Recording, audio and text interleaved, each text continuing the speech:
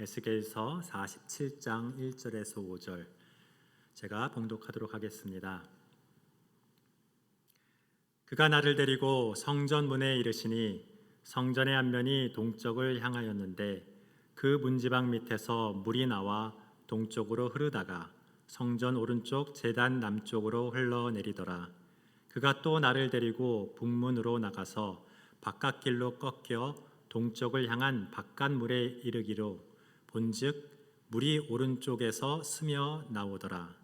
그 사람이 손에 줄을 잡고 동쪽으로 나아가며 천척을 측량한 후에 내게 그 물을 건너게 하시니 물이 발목에 오르더니 다시 천척을 측량하고 내게 물을 건너게 하시니 물이 무릎에 오르고 다시 천척을 측량하고 내게 물을 건너게 하시니 물이 허리에 오르고 다시 천척을 측량하시니 물이 내가 건너지 못할 강이 된지라. 그 물이 가득하여 헤엄칠 만한 물이요 사람이 능히 건너지 못할 강이더라. 아멘. 사랑의 하나님, 감사합니다. 하나님의 놀라운 은혜 가운데 이 시간도 주의 말씀을 듣기를 원합니다. 주님 말씀하시고 우리가 듣고 주의 말씀대로 행할 수 있도록 축복하여 주시옵소서. 성령께서 우리를 다스리시고 인도하시기를 원하오며 살아계신 예수님의 이름으로 기도드리옵나이다. 아멘. 오늘은 성전에서 흘러넘친 생명수라는 제목으로 하나님의 말씀을 나누도록 하겠습니다. 에스겔서는 다니엘서와 요한계시록과 더불어 성경에서 묵시문학으로 분류하고 있습니다. 묵시문학이란 하나님의 이상과 계시를 선포하며 고난 가운데 있는 성도들에게 종말에 도래할 하나님 나라를 소망하게 하고 용기를 주는 그런 문학 양식입니다. 이는 비유와 상징을 통해 미래의 일을 예언할 뿐 아니라 과거와 현재 일어난 일의 의미까지 성경 저자들을 통해서 해석해 주는 하나님의 말씀입니다. 그중 가장 먼저 쓰여진 에스겔서는 BC 565년경에 쓰여졌다 하는데 남유다가 바벨론에게 멸망한 지 22년이 지난 후이고 에스겔의 22년간의 선지자 사역이 마무리된 지 한 6년 정도 후라고 합니다. 에스겔은 다니엘의 거의 동년배라고 하지만 1차 포로였던 다니엘보다 8년 후에 26세의 나이로 여호와긴 왕과 함께 2차 포로로 잡혀갑니다. 그리고 5년째 되던 해 BC 593년에 30세의 나이로 하나님께 부름을 받아 바빌론에서 유대인들을 향한 선지자 사역을 시작합니다. 에스겔서 1장 2절 3절에 보면 여호와긴 왕이 사로잡힌 지 5년 그달 초닷새라 갈대아 땅 그발 강가에서 여호와의 말씀이 부시의 아들 제사장 나 에스겔에게 특별히 임하고 여호와의 권능이 내 위에 있으니라 하시며 정확한 연대와 장소를 말해주고 있습니다. 에스겔은 예레미야가 남유다 멸망 전에 남유다에서 선지자로 활동할 당시 바벨론에서 활동했던 선지자였습니다. 따라서 에스겔서의 32장까지는 남유다가 멸망하기 전에 선포한 말씀이 쓰여졌고 33장부터는 남유다가 멸망한 이후에 선포되었던 말씀이 쓰여졌습니다. 즉 32장까지는 남유다와 주변 국가들의 죄에 대한 하나님의 심판의 말씀을 선포했고 33장부터는 이스라엘의 회복과 하나님 나라에 대한 소망의 말씀을 선포했습니다. 특별히 37장의 골짜기의 마른 뼈가 하나님의 말씀으로 다시 살아나는 이상은 이스라엘 회복을 아주 극적으로 보여주고 있죠. 그리고 40장부터는 종말에 회복할 새 성전과 새 예배와 거룩한 새 땅에 관한 예언을 하게 됩니다. 성경에서 예언을 한다고 말할 때는 미래에 일어날 사건을 말하기도 하지만 하나님을 대신하여 말한다는 의미가 좀 더 큽니다. 구약에서 예언을 말하는 히브리어 나바는 대언한다는 뜻입니다. 기본적으로. 또한 신약에서 예언을 말하는 헬라어 프로페테이아도 앞에 것을 말하다와 누구누구를 위해서 말하다라는 이 두 가지 뜻이 있습니다. 따라서 성경의 예언은 과거와 현재와 미래 일에 대한 하나님의 뜻과 경고를 하나님을 대신하여서 말하는 것입니다. 따라서 우리는 선지서의 예언의 말씀을 읽을 때 이것이 앞으로 어떻게 이루어질까를 점치기보다는 어떠한 목적으로 예언된 말씀이며 나에게 어떠한 의미가 있는가를 살펴보는 것이 좋겠습니다. 에스겔서는 바빌론에 잡혀간 포로들에게 남유다의 멸망 이유가 그들의 죄로 인한 하나님의 심판이라고 설명해주고 이스라엘의 회복을 예언하며 그 소망을 가지고 하나님의 백성으로 살아가라고 용기와 격려를 주는 말씀입니다. 이 예언의 말씀은 1차적으로 포로 귀환과 성전 재건축으로 일부 성취되었지만 예수님의 초림 이후에 계속 성취되고 있고 궁극적으로 종말에 예수님의 재림으로 완전히 성취될 것입니다. 그래서 이 에스겔서와 다니엘서의 예언을 예수님의 부활 이후에 다시 해석한 사도 요한은 종말에 이루어질 그 구원과 회복을 요한계시록에서 더욱더 선명하고 구체적으로 예언하고 있습니다. 오늘 본문 앞쪽의 40장부터는 이 회복할 성전에 관한 예언이 나옵니다. 물론 에스겔서의 이상 속에 나오는 상세하게 측량된 이 성전은 스룹바벨의 축소된 성전은 물론 헤롯의 증축된 성전과도 비교할 수 없는 큰 규모입니다. 따라서 이는 현재 자라가고 있는 이 땅의 하나님의 몸된 교회나 종말에 완성될 하나님의 나라와 하나님의 어떤 임재를 상징하는 것이라고 볼 수 있겠습니다. 그 이상 속에 크고 영광스러운 성전에서 물이 흘러내리는 것으로 오늘 본문의 말씀은 시작하고 있습니다. 1절에 그가 나를 데리고 성전 문에 이르시니 성전 앞면이 동쪽을 향하였는데 그 문지방 밑에서 물이 나와 동쪽으로 흐르다가 성전 오른편 제단 남쪽으로 흘러내리더라라고 합니다. 여기서 그는 에스겔을 하나님의 이상 가운데로 인도하는 천사입니다. 여기서 이상이란 영어로는 비전인데 눈으로 보는 것 같은 꿈이나 환상을 의미합니다. 그리고 이 이상 속에 성전 문 안쪽은 성소와 지성소인데 그곳에는 하나님이 계십니다. 그 하나님으로부터 성전 문지방을 통해서 이 물이 흘러나온다는 것입니다. 이 물은 생명력을 주는 생수나 성령님이나 십자가의 보혈 등으로 해석할 수 있지만 분명한 건 하나님으로부터 말미암아 생명을 살리는 그 어떤 것이라는 것입니다.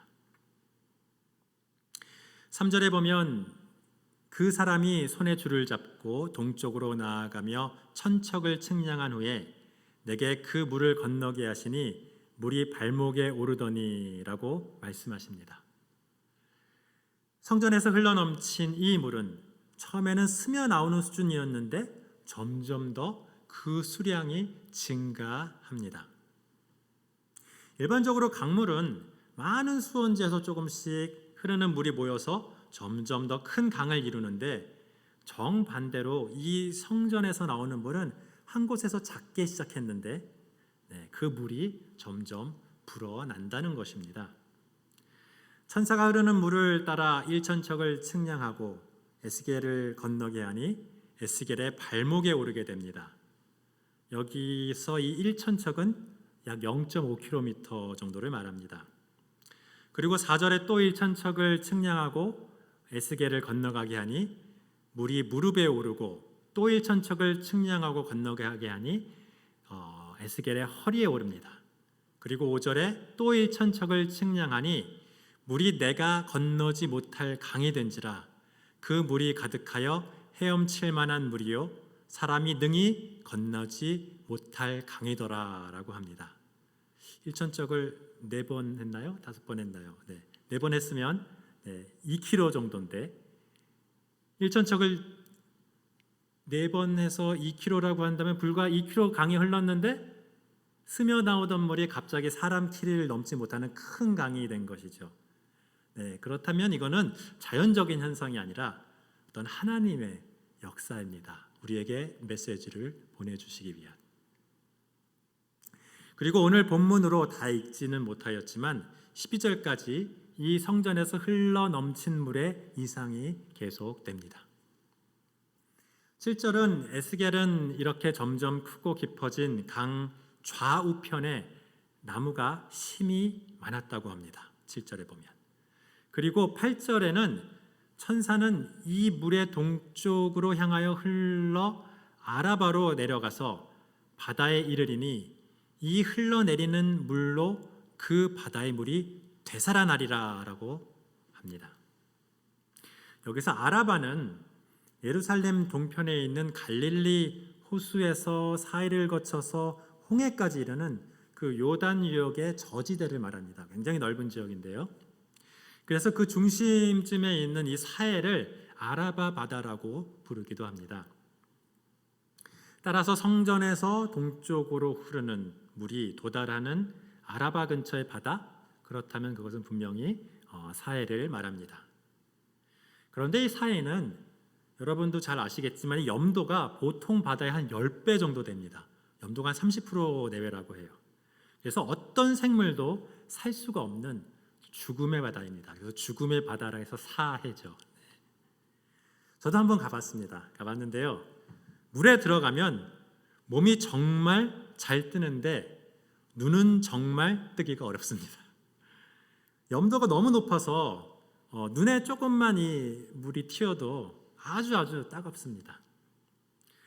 주변은 사막이고 햇볕은 뜨거워서 경험상 한 번 정도 이렇게 가볼 곳이지 자주 갈 곳은 아닙니다. 정말 사람 살 만한 곳이 못 되는 것 같습니다. 그런데 그 바다가 그 사해의 물이 되살아나겠다고 하시는 말씀입니다. 에스겔서를 읽는 유대인들은 물론 포로 기간 동안 좀 오래 떨어져 왔긴 했지만 이 사해가 얼마나 지독한 곳인지 대부분 잘 압니다. 그런데 이 성전에 물이 흘러가면 그 악명 높은 이 염도 30%의 사해의 짠물이 되살아날 것이라고 말씀하고 있는 것입니다. 되살아난다는 말은 영어로는 라파, 그 원형이 라파이고 영어로는 힐인데 이 병을 치유한다는 말입니다. 언젠가 이 사해에도 생명이 살았던 적이 있었는데 이 물이 가진 강력한 생명력이 그때처럼 치유하고 회복시킨다는 의미로 우리가 볼 수 있겠습니다. 아마도 그 언젠가는 인간이 타락하기 전에 에덴의 때라고 볼 수 있을 것 같습니다. 그렇다면 이 물은 죄로 인해서 죽었던 생명을 치유하고 살리는 생명수라고 볼 수 있겠습니다. 에덴의 때의 이 물은 창세기 2장 10절에 강이 에덴에서 흘러나와 동산을 적시고 거기서부터 갈라져 네 근원이 되었으니라는 말씀에서부터 찾아볼 수 있습니다. 이 강이 에덴에서 흘러나왔다는 말은 에덴을 창조하신 하나님께로부터 말미암았다고 볼 수 있겠습니다. 창세기 2장 11절에 보면 첫째 강은 비손인데 소성하다, 번성하다라는 뜻이라고 합니다. 또 13절에 둘째 강은 기혼인데 막히지 않고 터져 나온다라는 뜻입니다. 14절에 보면 셋째 강은 히데겔인데 힘차고 넘친다라는 뜻이고 넷째 강은 유브라데인데 결실하다, 열매 맺다라는 뜻이라고 합니다. 이 에덴의 네 강의 이름을 보면 생명을 꽃피우고 살리는 생명수라는 것을 알 수 있습니다. 그런데 인간의 타락으로 그 생명을 잃고 사해처럼 죽었는데 에스겔의 이상에서는 언젠가 회복될 것을 예언하고 있다는 것입니다. 그 언젠가는 예수님의 부활과 성령 강림으로 시작되고 재림으로 완성되는 때라고 볼 수 있겠습니다. 그리고 이제 본문으로 돌아와 9절 10절에 보면 이 물로 인해서 다시 살아날 세상을 서술합니다. 9절에 보면 이 강이 이르는 곳마다 번성하는 모든 생물이 살고 또 고기가 심히 많으리니 이 물이 흘러 들어가므로 바닷물이 되살아나겠고 이 강이 이르는 각처의 모든 것이 살 것이며 10절에 보면 또 이 강가에 어부가 설 것이니 엔게디아에서부터 에네글라임까지 금을 치는 곳이 될 것이라 라고 말씀하고 있습니다. 엔드게는 이 사해가 있는데 이 사해 중서부 쪽 해안가 쪽의 마을입니다. 또 에네글라임은 이 사해 북서부 해안가 쪽의 마을입니다. 이 원래는 물고기를 잡을 수 없는 광야의 마을이지만 만약에 이 사해가 되살아나서 이 물고기가 심히 많아진다면 다시 어부가 살아갈 수 있는 땅이 될 수 있겠습니다. 아마도 사해 북쪽에 물고기가 많은 호수가 있어요. 그 호수가 뭔지 기억나세요? 갈릴리오스죠. 갈릴리오스. 그런 갈릴리오스 같이 될 것 같아요. 갈릴리오스의 물은 요단강으로 흘러가고 요단강의 물은 사해로 흘러갑니다. 갈릴리 호수는 생명의 호수지만 이 사해는 죽음의 호수입니다. 우리는 이 갈릴리 호수 하면 그곳의 어부였던 누구요? 베드로와 안드레가 생각이 나죠. 마태복음 4장 19절에 보면 예수님은 그들에게 사람 낚는 어부가 되게 하리라 하고 하시면서 제자로 부르신 것을 우리가 기억합니다. 성전에서 물이 흘러나와 사해 물고기가 많아지면 물고기를 잡는 어부가 생기듯이 이 하나님의 생명수가 흘러나와 사람들을 치유하고 죄를 용서하면 그들을 하나님께로 인도하는 사람 낚는 어부가 생길 것이 연상이 되지 않습니까? 그러나 11절에는 그 진펄과 갯펄은 되살아나지 못하고 소금 땅이 될 것이며 라고 이 예외의 경우도 말씀을 하십니다. 진펄은 진흙수렁이라 하고 갯펄은 물웅덩이라고 합니다. 사해 주변에 보면 진흙 물웅덩이가 생기는데 이게 사해가 어쩌다 이제 물이 많아서 넘치면 이제 거기에 물이 고여서 이 진흙 물웅덩이가 생기는데 그게 이제 햇빛 때문에 증발이 되면 거기가 이제 소금구덩이가 되죠. 그 소금구덩이가 되는데 이것이 반복이 되면 소금이 쌓이고 또 쌓여가지고 두껍게 쌓여서 거기는 완전히 어떤 생물도 살 수 없는 아주 그냥 소금 덩어리가 뭉친 곳이 됩니다. 우리가 죄가 반복되고 쌓이고 굳어져서 도저히 구원받을 수 없는 그런 강팍한 사람을 비유했다고 볼 수가 있겠습니다. 하나님은 모든 사람을 구원하기 원하시지만 구원에 이르지 못하는 사람들도 있다는 것을 이 말씀을 통해서 보여주는 것이 아닌가 합니다. 그리고 다음 12절에 보면 강 좌우가에 각종 먹을 과실나무가 자라서 그 잎이 시들지 아니하며 열매가 끊이지 아니하며 달마다 새 열매를 맺으리니 그 물이 성소를 통하여 나옴이라. 그 열매는 먹을만하고 그 잎사귀는 약 재료가 되리라 하고 말씀하십니다. 그 생명수가 흐르는 강은 과실나무를 자라게 합니다. 그 과실나무의 열매는 생명을 유지하게 하는 음식이 되며 그 잎사귀는 생명을 치유하는 약 재료가 된다고 합니다. 성소에서 흘러나온 물은 생명을 살릴 뿐 아니라 생명을 살리는 나무를 자라게 합니다. 하나님의 은혜는 사람을 치유하고 구원할 뿐 아니라 구원받은 사람으로 하나님의 자녀가 되게 하여 그들로 또 다른 사람들을 치유하고 구원받게 한다는 것입니다. 이 성소에서 흘러넘친 생명수는 생명을 회복하는 십자가의 보혈로서 신자들을 구원하고 그 구원받은 신자들로 생명력 넘치는 성령 충만한 삶을 살며 다른 영혼들도 구원으로 초대한다는 복음의 말씀입니다. 예수님의 부활 이후에 사도 요한은 이 요한계시록 22장 1절 2절 말씀에서 이 말씀을 좀 구체적으로 해석합니다.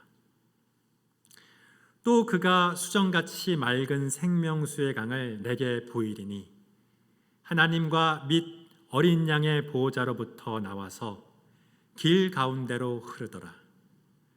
강 좌우에 생명나무가 있어 12가지 열매를 맺되 달마다 그 열매를 맺고 그 나무 잎사귀들은 만국을 치료하기 위하여 있더라. 아멘. 여러분, 요한계시록 22장은 성경의 맨 마지막 장으로 예수님께서 재림하심으로 완성될 천국을 사도 요한의 환상을 통해서 보여주는 장입니다. 여기서는 에스겔의 이 예언이 최종적으로 예수님의 재림의 때 새 하늘과 새 땅으로 함께 성취되는 것을 보여주고 있습니다. 이제는 성전 대신에 그 성전이 상징하는 하나님과 어린 양의 보호자에서 그 물이 흘러나옵니다. 그 물을 여기서는 구체적으로 생명수라고 부릅니다. 에스겔이 본 강 좌우의 과실 나무의 이름은 구체적으로 생명나무라고 합니다. 에스겔이 본 끊이지 않는 달마다 열리는 그 나무의 열매는 좀 더 정확하게 12가지가 있다고 합니다. 12가지라면 이스라엘의 12지파, 예수님의 12제자를 상징하므로 이 나무는 아마도 구원받은 그리스도인들을 말한다고 볼 수 있겠습니다. 그리고 이제 그 잎사귀는 병자만 치료하는 약재료라기보다는 만국을 치료하기 위해 존재한다고 합니다. 그 나무가 온 세상을 치유하는 역할을 한다는 것입니다. 그리스도인들이 마지막 때 온 세상과 모든 만민을 치유하겠다는 영광의 말씀입니다. 성경은 성경으로 해석하라는 것이 이렇게 하는 것이 아닌가 이렇게 생각이 좀 듭니다. 예수님도 이 에스겔서의 말씀을 해석하며 요한복음 4장 13절 14절에서 우물가 여인에게 이렇게 말씀하시죠. 이 물을 마시는 자마다 다시 목마르려니와 내가 주는 물을 마시는 자는 영원히 목마르지 아니하리니 내가 주는 물은 그 속에서 영생하도록 솟아나는 샘물이 되리라. 아멘. 이 성전에서 흘러넘친 물은 바로 성자 하나님이신 예수님에게서 흘러나온 물입니다. 그리고 예수님의 영인 이 성령님이 우리 안에 임하실 때 성전인 우리 몸에서 그 물이 솟아나오겠다는 말씀입니다. 이를 요한복음 7장 38절 39절에서 다시 한번 더 구체적으로 말씀하시죠. 나를 믿는 자는 성경의 이름과 같이 그 배에서 생수의 강이 흘러나오리라 하시니 이는 그를 믿는 자들이 받을 성령을 가리켜 말씀하신 것이라. 아멘. 에스겔이 예언한 이 생수의 강은 신약에서의 성전인 그리스도인의 몸에서 흘러나오고 그 생수는 우리에게 임할 성령님이라고 예수님은 우리에게 명확하게 해석을 해 주시고 있는 것입니다.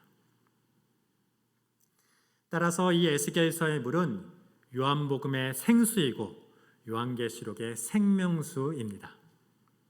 그 생명수의 근원은 바로 예수님이고 그 생명수는 우리 가운데 역사하시는 성령 하나님이십니다. 2023년 우리 행복을 나누는 하나교회에 주신 말씀은 넘쳐 흐르게 하라입니다. 생명수가 성령이 충만하여 넘쳐 흐르게 하라는 말씀이죠. 또한 그로 인하여 기쁨이, 사랑이, 감사가 충만하여 넘쳐 흐르게 하라는 말씀으로 볼 수 있겠습니다. 우리는 다 할 수 없지만 아멘 하고 예언의 말씀을 받을 때 그 예언은 이루어질 것입니다. 하나님의 말씀이 우리 교회 한 사람 한 사람을 통하여 놀랍게 이루어질 것이라 믿습니다. 이를 위해 기도합시다. 간구합시다. 하나님의 뜻이 행복을 나누는 하나교회에 이루어져서 성전에서 흘러넘친 이 생명수같이 온 땅을 치유하며 행진하는 흰옷 입은 주의 백성이 될 수 있기를 우리 함께 기도합시다. 죽음의 바다인 사해와 같이 영원히 숨 쉴 수 없게 된 이 땅을 살리기 위해서 기도하는 우리가 되기를 소망합니다.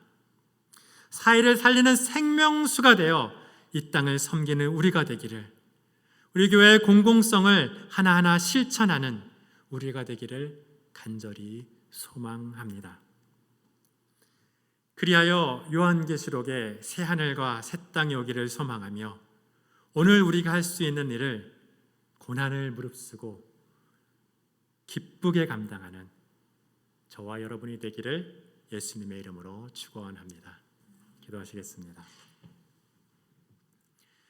사랑해 주님 감사합니다. 우리를 택하시고 부르셔서 12가지 생명나무 열매를 기대하심에 감사드립니다.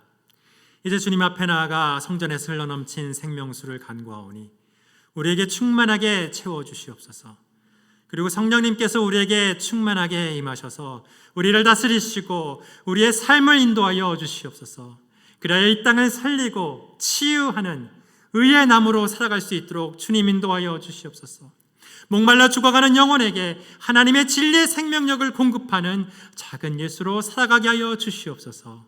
예수님의 이름으로 기도드리옵나이다. 아멘.